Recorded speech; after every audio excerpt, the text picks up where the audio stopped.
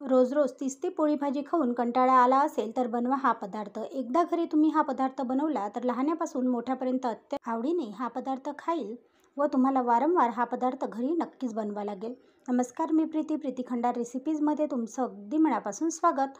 आज मी तुमच्यासाठी असा एक पदार्थ घेऊन आलेली आहे की जो सर्वांना खूप खूप खूप असा आवडतो आणि जर तुम्ही एकदा तुमच्याकडे बनवला तर वारंवार तुम्हाला नक्कीच बनवा लागेल. आज मी तुमच्यासाठी घेऊन आलेली आहे स्पेशल गव्हाच्या कणकेपासून अशी बनणारी खुसखुशीत अशी बिट्टे ही रेसिपी. याच्यासाठी बघा 3 वाट्या मी गव्हाची कणिक घेतलेली आहे. आता याच्यामध्ये आपल्याला ओवा घालून घ्यायचा आहे, नंतर तीळ घालून घ्यायचे आहे आणि थंड असं तेल घालून घ्यायचं आहे आणि चवीनुसार आपल्याला इथे मीठ घालून घ्यायचं आहे. हे सगळं साहित्य एकत्र केल्यानंतर आता आपल्याला हे तेल पूर्णतः या कणकेला अशा प्रकारे चोळून घ्यायचं आहे. तेल अशा प्रकारे चोळल्या कारणाने काय होईल की आपले जे बिट्टे आहे ते छान असे खुसखुशीत बनणार. तर इथे बघू शकता या प्रकारे मी जे कणिक आहे ते छान अशी चोळून घेतलेली आहे. आता थोडं थोडं पाणी घालायचं आहे आणि या कणकेचा छान असा एक गोळा तयार करायचा आहे. कणकेचा गोळा तयार करताना आपल्याला आसटसर कणकेचा गोळा तयार करायचा नाही व एकदम असा कडकसुद्धा करायचा नाही. मध्यम असा आपल्याला इथे कणकेचा गोळा तयार करायचा आहे. तर इथे बघू शकता अशा प्रकारे मी इथे कणकेचा गोळा बनवून घेतलेला आहे. आता बघा, तुम्ही जर या चॅनलवरती नवीन असाल, चॅनलला सबस्क्राईब केलं नसेल तर एक सबस्क्राईब करा. व्हिडिओ छान वाटत असेल आणि लाईक केलं नसेल तर एक लाईक करा. आणि जर तुम्ही आधी या चॅनलला सबस्क्राईब केलं असेल तर तुमचे खूप खूप खूप असे धन्यवाद. इथे बघू शकता छान असा कणकेचा गोळा आपण तयार केलेला आहे. आता आपल्याला हा जो कणकेचा गोळा आहे तो अर्ध्या तासासाठी आपल्याला साईडने छान असा मुरण्यास ठेवायचा आहे. जोपर्यंत आपला हा कणकेचा गोळा छान असा मुरून तयार होते तोपर्यंत इकडे आपण छान अशी वरणाला फोडणी देऊया. तर इथे मी तुरीचं वरण जे आहे ते आधी शिजवून घेतलेलं आहे. तुरीच्या वरणाऐवजी आपण इथे आलू वांग्याची भाजीसुद्धा करू शकतो. दोन्हीही भाज्या ज्या आहेत त्या बिट्ट्यासोबत खूपच चवीला चविष्ट लागतात. तर इथे बघू शकता तेल छान असं कडकडीत गरम झालेलं आहे. तेल कडकडीत गरम झालं की याच्यामध्ये आपल्याला थोडी अशी मोहरी घालून घ्यायची आहे. मोहरी छान अशी तळतळली की आपल्याला याच्यामध्ये थोडं जिरं घालून घ्यायचं आहे, 2 लाल मिरच्या याच्यामध्ये घालायचं आहे आणि 1 तेजपान घालून घ्यायचं आहे. हे छान असं तेलामध्ये आपल्याला होऊ द्यायचं आहे आणि तेलामध्ये हे होत आलं की याला आपल्याला थोडं परतून घ्यायचं आहे. आणि आता याच्यामध्ये आपल्याला थोडा कढीपत्ता व हिरवी मिरची घालून घ्यायची आहे. तर तुम्ही इथे बघू शकता मी फोडणीमध्ये हे सगळं साहित्य असं घालून घेतलेलं आहे आणि चमच्याने याला आणखी एक वेळा परतवून घ्यायचं आहे. हे छान असं फोडणीत होत आलं की आपल्याला बारीक चिरलेला कांदा याच्यामध्ये घालून घ्यायचा आहे आणि आणखीनच छान अशी चव वाढण्यासाठी थोडी कोथिंबीर आपल्याला फोडणीमध्ये घालायची आहे. कोथिंबीर आपण जर फोडणीमध्ये घातली तर कोणताही पदार्थ असो, कोणतीही भाजी असो त्याची चव आणखीनच वाढते. आता कोथिंबीरसुद्धा आपल्याला थोडी अशी तेलामध्ये होऊ द्यायची आहे आणि नंतर लसण जिऱ्याची जाडसर अशी पेस्ट आपल्याला याच्यामध्ये घालायची आहे. हे जे लसण जिरं आहे ते मी आपल्या जे खलबत्ता असते त्याच्यामध्ये छान असं जाडसर कांडून घेतलेलं आहे आणि त्याने सुद्धा आपली जी भाजीची चव आहे ती आणखीनच वाढणार आहे. आता लसण जिरं व कांदा हे फोडणीमध्ये छान असं झालं की त्याच्यामध्ये आपल्याला 2 चम्मच तिखट घालून घ्यायचं आहे. 1 चम्मच एवढी आपल्याला हळद घालून घ्यायची आहे. 1 चम्मच आपल्याला धनेपूड याच्यामध्ये घालून घ्यायची आहे आणि आपल्याला याच्यामध्ये 1 चम्मच मीठसुद्धा घालून घ्यायचं आहे. आता सगळं जे साहित्य आहे किंवा सगळे जे मसाले आहे या फोडणीमध्ये आपण घालून घेतलेले आहे आणि आता आपल्याला चमच्याने याला अशा प्रकारे बघा परतवून घ्यायचं आहे. इथे मला थोडं तेल कमी वाटत होतं म्हणून आणखी मी याला थोडं तेल घालून घेणार आहे आणि आणखी ही जी फोडणी आहे ती छान अशी होऊ द्यायची आहे. जोपर्यंत फोडणी छान अशी होत नाही तोपर्यंत भाजीला चव येत नाही. म्हणून आधी फोडणी छान अशी होऊ द्या. आता इथे बघू शकता फोडणी आपली छान अशी होत आलेली आहे आणि आता आपल्याला याच्यामध्ये बारीक चिरलेला जो टोमॅटो आहे तो याच्यामध्ये अशा प्रकारे घालून घ्यायचा आहे. बारीक चिरलेला टोमॅटो घातल्यानंतर फोडणी आपल्याला अशा प्रकारे एकदा परतवून घ्यायची आहे आणि त्याच्यावर अशा प्रकारे झाकण ठेवून फोडणीमध्ये घातलेला टोमॅटो जो आहे तो आपल्याला एकजीव असा शिजू द्यायचा आहे. तर इथे तुम्ही बघू शकता टोमॅटो छान असा शिजलेला आहे. आता आपल्याला चमच्याने थोडा याला अशा प्रकारे बारीक करून घ्यायचा आहे आणि इथे टोमॅटो छान असा शिजलेला आहे. आता आपल्याला याच्यामध्ये घालून घ्यायचं आहे ते वरण. इथे मी तुरीच्या डाळीचं वरण घेत आहे. तुम्ही त्याऐवजी आलू वांग्याची भाजीसुद्धा याच्यासोबत नक्कीच बनवू शकता. तर बघू शकता या प्रकारे मी वरण याच्यामध्ये घालून घेतलेलं आहे. आता आपल्याला पातळ हवं की घट्ट यानुसार आपल्याला पाणी येते कमी जास्त करायचं आहे. तर मला या प्रकारे मध्यम असं वरण इथं हवं होतं म्हणून मी एवढं पाणी याच्यामध्ये घालून घेतलेलं आहे.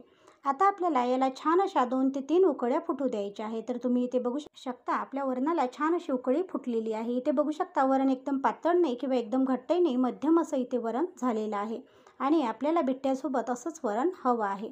इथे आपलं वरण तयार आहे. एका साईडने आपण वरण काढून घेऊया आणि आता आपण बिट्टे बनवायला घेऊया.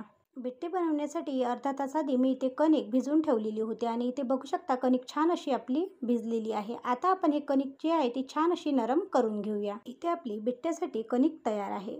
आता ह्या कणकेचे आपल्याला एकसारखे असे गोळे तयार करून घ्यायचे आहे। ज्याप्रमाणे आपण चपातीसाठी गोळे करतो त्याच्यापेक्षा आपल्याला थोडे असे लहान इथे गोळे तयार करून घ्यायचे आहे। तर मी जेवढी कणिक आहे त्याचे पूर्णतः जे गोळे आहे ते इथे तयार करून घेणार आहे।